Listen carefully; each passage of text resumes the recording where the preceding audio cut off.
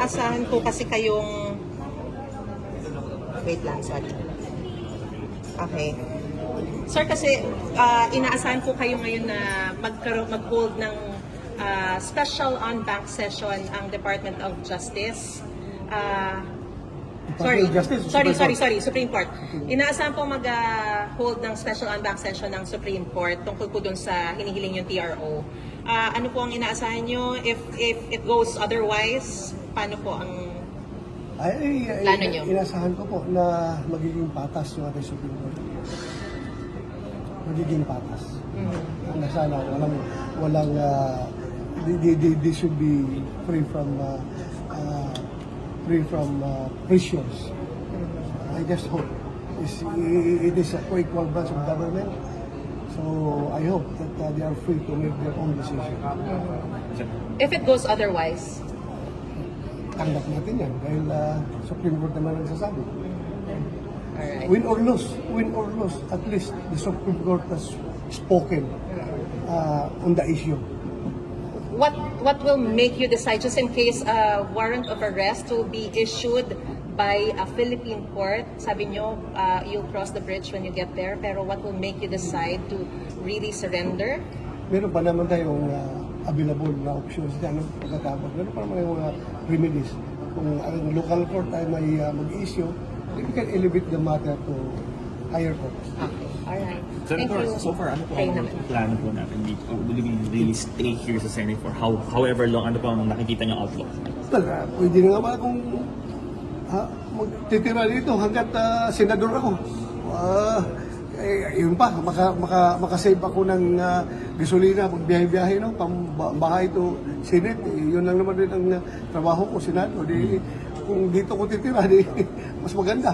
Pero Senator, na-miss niyo po ba yung, di ba, 6 months kayo ngayon? Ngayon po, so far, ano pong pakiramdam niyo nasa Senate na po ulit kayo? Pwede niyo po ulit gawin yung work ito? Well, masaya ako na makapag-perform ng trabaho dahil yun naman talaga ang ating objective sa buhay na magampanan yung ating mandato bilang senador ng Republika ng Pilipinas. Senator, ano po yung reaction nyo or any comments dun sa resolution na pinasa po ng 5 other senators na voluntarily sumuko na po kayo sa ICC?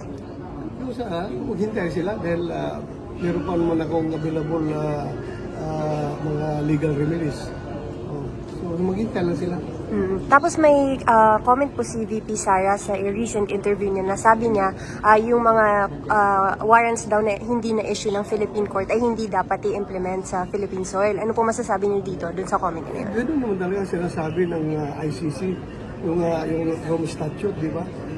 Na kailangan ng hindi yung ICC warrant ang i-effect mo mismo sa tao, sa subject, kundi kung local warrant of arrest issued by a local court.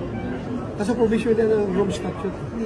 Senator, si Senator Bong going daw ata potentially rin daw para malabasan ng warrant. Nakapag-usap na ba kayo recently? Paano po bang... Yes, ako honestly, yung sinasabi ng mga pangalan na 5 kami. Ako, Senator Bongo, General Albayalde, General Karamat, at saka si Colonel basta kami, 5. Sinasabi initially. Ako, I just presume na meron na rin mga warrant yan sila, pero hindi lang inansil. Nung sa amin, November pa daw yun. Hindi lang, kung hindi nagkabulabugan dito, hindi i-ansil, kung hindi nagkahabulan.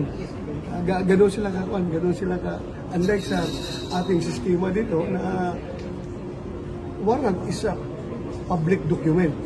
The public is should not be denied of the knowledge of about the existence of that warrant of arrest.